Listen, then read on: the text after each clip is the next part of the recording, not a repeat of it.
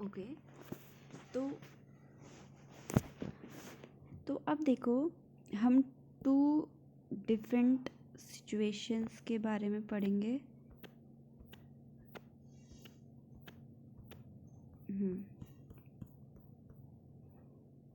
तो देखो, to different credit situations. अगर हम क्रेडिट की बात करें, उधार की बात करें, तो a large number of transaction in our day to day activities involve credit in some form of the other.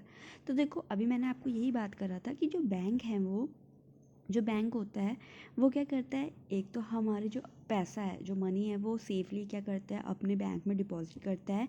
Then उन पैसों को वो क्या करते हैं, किसी और को लोन दे देते हैं, उधार दे देते हैं। देन अगर वो हमें डिपॉजिट, अगर हमारे डिपॉजिट में वो अगर हमें 2% इंटरेस्ट दे रहे हैं, तो जब वो किसी को लोन प्रोवाइड करते हैं तो उसको क्या करते हैं, वो 6% देते हैं। तो ये जो 4% का जो डिफरेंस है, ठीक है ना, जो इंटरेस्ट होता है वो ही क्या होता है, हमारे बैंक का प्रॉफिट होता है। तो ये तो आपको एग्जाम्पल है। उसके बाद देखो, अगर हम सिचुएशंस की बात करें, दो उधार की सिचुएशंस की बात करें, तो जो उधार है, जो क्रेडिट है, वो हमारा एक डे टू डे लाइफ का हिस्सा भी है, ठीक है ना। अ large number of transaction in our daily. देखो, जो बैंक होते हैं, जो हमारे जो बैंक्स होते हैं, सपोज करो ये बैंक है, ठीक है ना, ये बैंक है। तो क्या करते हैं, जो हमारा जो ये हम जो होते हैं वो डिपॉजिटर्स होते हैं, ठीक है ना। हम जो होते हैं वो डिपॉजिटर्स होते हैं। सपोज़ करो हमने 10,000 क्या किया, डिपॉजिट किया, तो उसमें जो हमें बैंक है वो 2% देगी, ठीक है ना। वहीं अगर सपोज़ करो एक बोरोवर है, किसी को लोन देना है, तो वो अगर इस 10,000 को अगर वो लोन में लेगा, तो जो बैंक होता है वो कितना चार्ज करेगी, सपोज़ करो 6%। तो अब आप खुद देख सकते हो कि हमें ये 2% दे रहा है, बट वो क्या कर रहे हैं, 6% क्या कर रहे हैं, वो किसी लोन में वो इंटरेस्ट ले रहे हैं। तो ये जो 4% है, ठीक है ना, जो 4% का जो ब्याज होता है, यही क्या होता है, बैंक्स का प्रॉफिट होता है। तो इस तरीके से क्या होता है, हमारे जो बैंक्स हैं वो चलते हैं, ठीक है ना। तो क्रेडिट इन दिस, अब देखो इसमें दो चीज़ होती है। जैसे अगर हम बात करें टू डिफरेंट क्रेडिट सिचुएशंस का, तो इसमें देखो क्या होता है, जो एक होते हैं हमारे बैंक्स होते हैं, ठीक है ना, एक होते हैं हमारे हम मनी लेंडर बोलते हैं इनको, मनी लेंडर। आपको सबको पता होगा, एक तो हमारा बैंक होता है, हम बैंक में जाते हैं, हमें वो इंटरेस्ट लोन देते हैं, ठीक है। बट हमें बैंक्स में क्या होता है, हमें अपनी पूरी प्रॉपर्टी शो करनी पड़ती है। हमें एक कोलेट्रॉल चाहिए, कोलेट्रल बोलते हैं इसको। कोलेट्रल मतलब होता है कि हमें जैसे ये दे रखा है, ठीक है ना, कोलेट्रल इज़ एन एसेट, ठीक है ना। जो कोलेट्रल होती है वो एक एसेट होती है, that the borrowers own such as land building deposit, ठीक है ना। यानी कि एक गारंटी, अगर हमें बैंक से क्रेडिट चाहिए तो हमें क्या होता है, गारंटी देनी पड़ती है बैंक वालों को, जिससे वो क्या कर सकते हैं कि हमें वो हमारी जो प्रॉपर्टी होती है या गारंटी होती है वो देखते हैं, और उसके हिसाब से वो क्या करते हैं, हमें लोन प्रोवाइड करते हैं। तो ये हो गया। दूसरी चीज़ है हमारी, every loan agreement specify interest rate which the borrower must pay to the lender along with the repayment of the principal. In addition, lenders में demand collateral। तो ठीक है, हम जाते हैं, हम बैंक के पास जाते हैं, वो हमें लोन प्रोवाइड करते हैं, हमारे पूरी जो अमाउंट होती है उसकी हमारे क्या बना देते हैं, ईएमआई बना देते हैं, किस्त बना देते हैं, और प्लस वो हमसे क्या करते हैं, इंटरेस्ट भी चार्ज लेते हैं, ठीक है। तो ये हो गया। तो दूसरी चीज़ हमने क्या बोली, ये तो चलो हमारे एक बैंक का हो गया, ठीक है। हमने अभी एक बात करी थी, ये अभी बैंक की, ठीक है। बट एक क्या होता है, हमारा मनी लेंडर होता है। मनी लेंडर क्या करता है, देखिए डिफरेंस क्या होता है, बैंक में जो इंटरेस्ट रेट होता है वो कम होता है, जबकि आपके जो मनी लेंडर होते हैं वो क्या करते हैं, हमारे इंटरेस्ट ज़्यादा लेते हैं। बट हमें मनी लेंडर में कोलेट्रॉल की ज़रूरत नहीं होती, जबकि हमें बैंक में क्या होती है, कोलेट्रॉल की ज़रूरत होती है।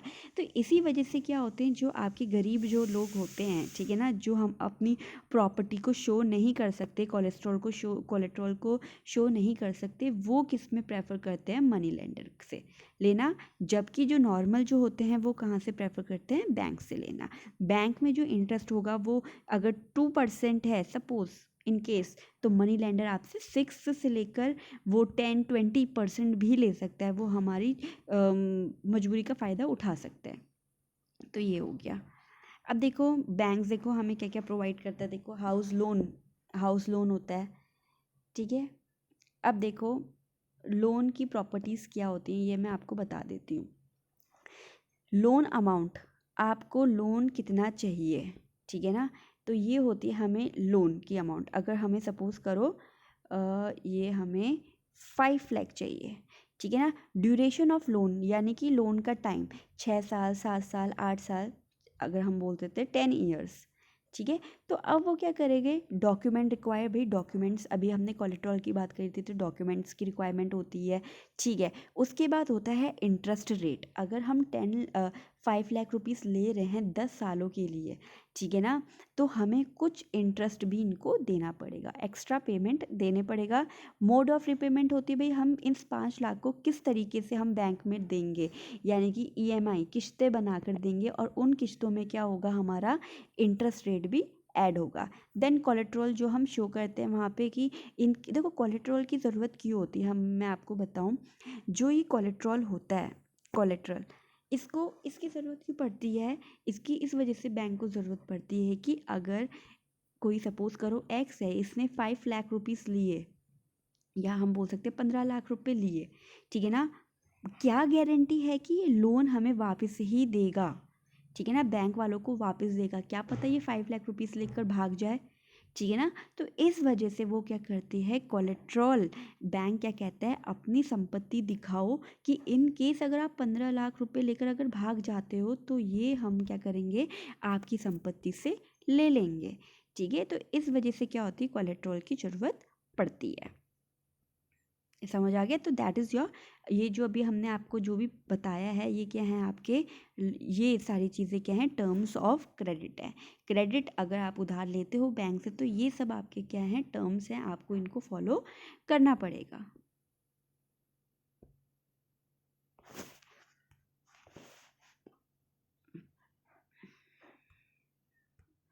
ठीक है। अब देखो हमारा नेक्स्ट टॉपिक आता है formal sectors of India.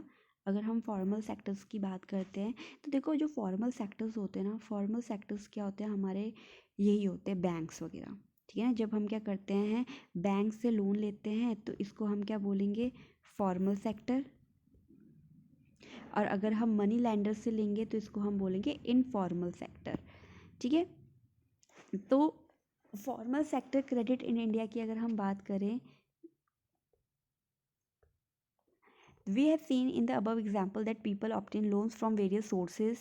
Formal भी हो सकते हैं, इनफॉर्मल हो सकते हैं। फॉर्मल में हमने कहा ये sources of credit rupees of rural house hold in India. देखो ये हमारे गांव के लोग, गांव के जो लोग होते हैं रूरल गांव में, वो किस तरीके से लोन लेते हैं, cooperative society 25%, commercial banks 25%, money lender 33%, ठीक है ना। रिलेटिव फ्रेंड्स हो गए तो अलग हो गया। तो देखो हम बोल सकते हैं कि जो रूरल होते हैं, जो गांव वाले एरिया होते हैं, वो मनी लैंडर से क्या करते हैं, सबसे ज़्यादा पैसा लेते हैं। क्योंकि देखो कमर्शियल जो बैंक्स वगैरह होते हैं इनमें बहुत सारी क्या होती हैं, हमारे रूल्स एंड रेगुलेशंस होते हैं, हमें कोलेट्रल शो करवाना पड़ता है, ठीक है ना, उसमें टाइम लगता है, टाइम।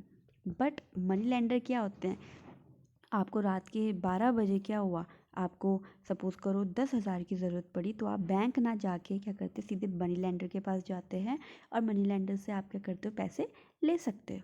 तो इस वजह से मनी लैंडर क्या है, बहुत ही रूरल एरिया में क्या होता है, इसका बहुत ही ज़्यादा लोग इनसे लोन लेते हैं।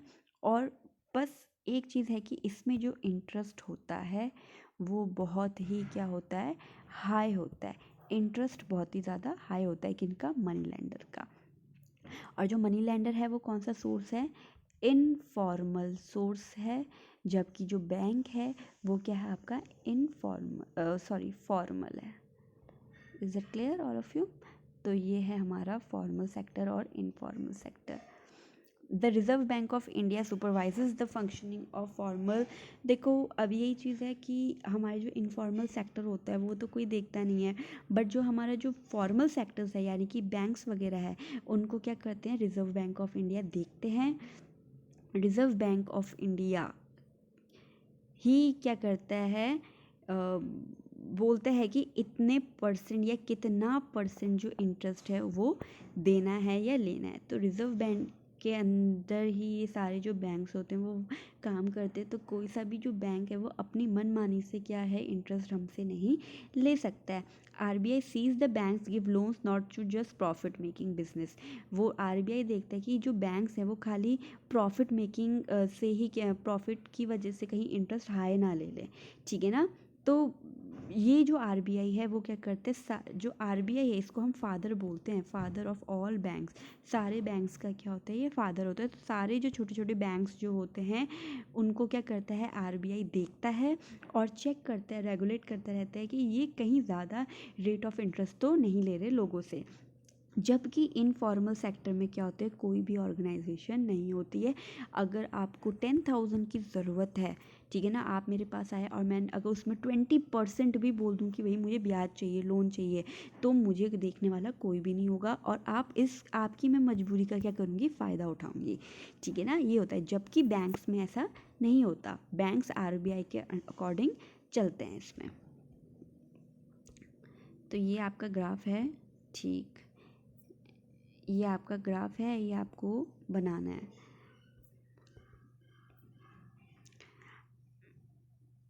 अब देखिए फॉर्मल इनफॉर्मल क्रेडिट की अगर हम बात करें, देखो ये बहुत ही इम्पोर्टेंट चार्ट है जिससे आपको पता चलेगा कि एक्चुअल में चल क्या रहा है। एक वेट, देखो out of the loans urban, ठीक है, ब्लू है इनफॉर्मल सेक्टर, पर्पल है आपका फॉर्मल सेक्टर। अब देखो अगर हम बैक से चले, जो रिच है, जो रिच हाउस होल्ड हैं वो क्या कर रहे हैं, 90% फॉर्मल से ले रहे हैं, ठीक है ना, जो कि सबसे बेस्ट होता है। और 10% क्या है, इनफॉर्मल। फिर उससे जब हम थोड़ा सा नीचे को आते हैं, वेल ऑफ हाउस होल्ड, तो 72% क्या हैं आपके फॉर्मल सेक्टर हैं एंड 28% आपका इनफॉर्मल सेक्टर है। देन हाउस होल्ड हो विथ अ फ्यू एसेट्स, ठीक है ना, मिडिल क्लास अगर हम आ जाते हैं तो क्या है, 47% आपके क्या है फॉर्मल और बाकी क्या है इनफॉर्मल। और जो बेचारे जो सबसे पुअर वर्ग होता है, हमारा जो गरीब वर्ग होता है, वो क्या करता है, 85% इनफॉर्मल सेक्टर के पास जाता है और 15% ही क्या करते हैं, बैंक्स के पास जाते हैं या फॉर्मल सेक्टर के पास जाते हैं। इससे आप पता लगा सकते हैं कि जो बैंक्स का जो यूज़ है मेनली कौन करता है लोन के लिए, जो रिच हम बोल सकते हैं, और जो पुअर होते हैं वो बेसिकली क्या करते हैं, इनफॉर्मल सेक्टर का करते हैं। अब देखो इनफॉर्मल सेक्टर में आपके क्या क्या आ सकते हैं, इनफॉर्मल सेक्टर में आपका मनी लेंडर आ सकता है, लैंडलॉर्ड, आपके फ्रेंड्स आ सकते हैं, सब कुछ आ सकते हैं, ठीक है।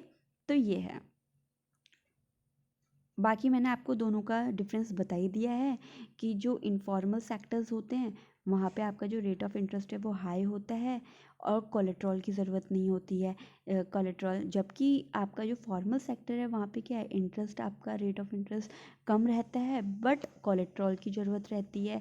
इनफॉर्मल सेक्टर से आपको फटाफट आपको लोन मिल सकता है, जबकि फॉर्मल सेक्टर में क्या होता है, टाइम लगता है। तो ये आपके क्या हैं, दोनों डिफरेंसेस हैं।